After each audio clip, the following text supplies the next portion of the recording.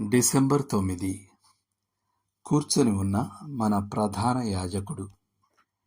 ఈరోజు మన ప్రభువు మన ప్రధాన యాజకునిగా కూర్చొని ఉన్నాడు.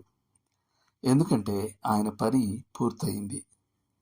పాత నిబంధన మందిరంలో కూర్చోడానికి ఆసనాలేవి ఉండేవి కావు.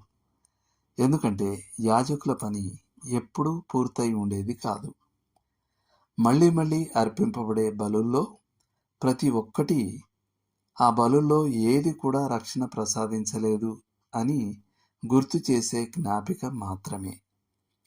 జంతువుల రక్తం ఏ పాపాన్ని కడిగివేయలేదు లేదా దోషపూరిత మనస్సాక్షిని ప్రక్షాళన చేయలేదు.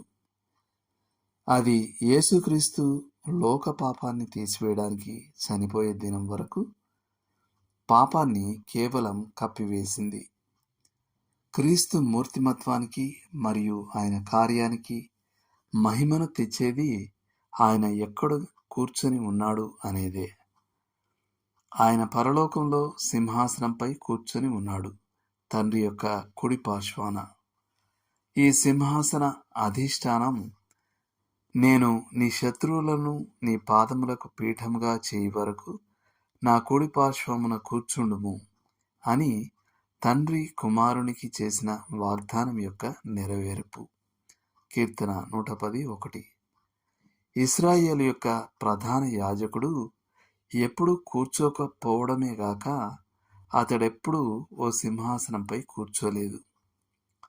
దైవ గ్రంథం నుండి, ఈయన అయితే పాపముల నిమిత్తమై సదాకాలము నిలుచు ఒక్క బలిని అర్పించి దేవుని కుడి పార్శ్వమున ఆసీనుడాయను. హెబ్రీ పత్రిక 10వ అధ్యాయం 12వ వచనం. ఇతర లేఖనాలు. హెబ్రీ పత్రిక 7వ అధ్యాయం 22 నుండి 28 వరకు, 8వ అధ్యాయం 1వ వచనం, 12వ అధ్యాయం 2వ వచనం. చేయాల్సిన పని. మీకు పాత నిబంధన కాలంలో జంతు బలులపై ఆధారపడడం ఎలా ఉండేదో యోచించండి. క్రీస్తు ఒక్కమారే మీ పాపాలను శాశ్వతంగా తొలగించే బలిని చేయడాన్ని బట్టి దేవునికి కృతజ్ఞతలు చెల్లించండి. దేవుడు మిమ్మును దీవించునుగాక. ఆమేన్.